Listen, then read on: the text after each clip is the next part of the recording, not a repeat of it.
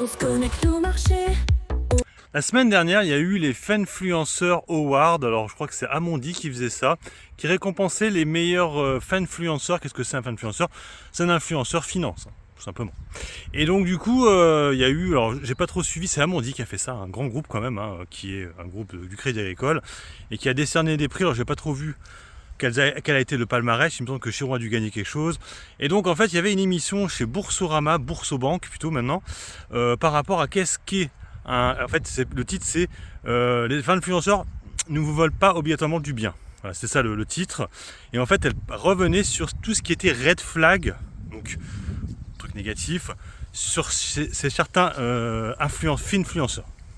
Et en fait, moi, ça m'intéressait parce qu'effectivement, moi, je fais des contenus sur la bourse, donc en fait, je me vois un peu, quoi qu'il en soit, comme un influenceur. Et c'est vrai que je voulais voir un peu qu'est-ce qui pouvait m'être reproché, parce que je vois souvent des commentaires négatifs. On en parlera à la fin de la vidéo. Donc en fait, elle mettait ça en green flag, c'était plutôt positif, et red flag, c'était négatif. Ce qui était en red flag, c'était ceux qui te balancent sur des canaux Telegram, ce que je ne fais pas du tout. Moi, c'est pas mon délire. En fait, ça fait un peu le mec qui veut cacher des choses. Au lieu de partager gratuitement sur X ou des trucs comme ça, il envoie sur un autre canal qui est crypté, qui va faire qu'il peut sous-supprimer en faisant il n'y a aucune preuve. C'est crypté, tu peux pas. Ça en général c'est red flag. Aussi ceux qui mettent la pression, c'est-à-dire que ils font des offres commerciales, parce que souvent c'est des vendeurs de formation, et ils te mettent la pression en disant dépêchez-vous, c'est un truc limité, et si vous n'avez pas souscrit avant ce soir, et ben vous ne pourrez pas avoir ces... Ça aussi, c'était du red flag. Aussi ceux qui manquent de transparence.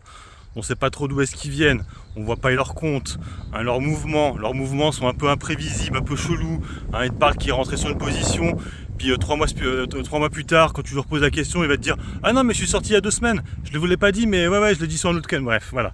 Ces gens-là, les gens comme ça, pour elles, c'était red flag, c'est-à-dire négatif.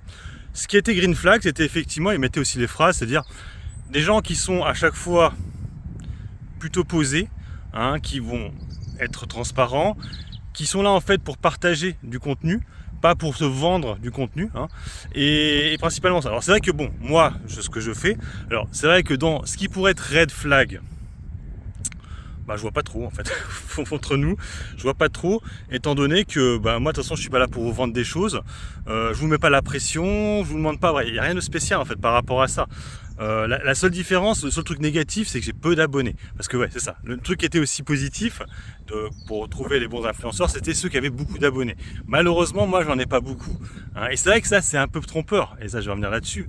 C'est qu'en général, en fait, ce qui est marrant, c'est que tout ce qu'elle donne en red flag, en général, ce sont ceux qui ont beaucoup d'abonnés. Alors, je sais pas si c'est des amendes qui sont payées ou je sais pas comment ça s'est passé, mais en général, c'est des gens qui ont, vous savez, ceux qui sont à Dubaï, là, moi j'avais souscrit à 2-3 trucs à une époque parce que mes abonnés en parlaient. Il y avait un mec qui s'appelait Cochon quelque chose là, et l'autre c'était Tamikamaj là, qui est assez réputé. Et eux, là j'ai revu Tamikamaj recommence, c'est qu'ils envoient plein de mails tout le temps. Et ces mecs là ont beaucoup d'abonnés. Il y avait Olivier Seban aussi à une époque. T'avais sans arrêt des mails pour te parler des nouvelles opérations qu'ils mettaient en place, machin et tout. Bon. Donc moi je suis pas du tout là-dedans.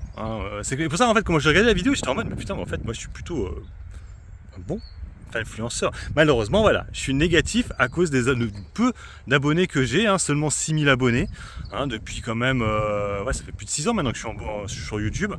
Donc bref, c'est comme ça, c'est la vie. Et du coup, on va passer sur la deuxième partie, le côté toxique des réseaux sociaux.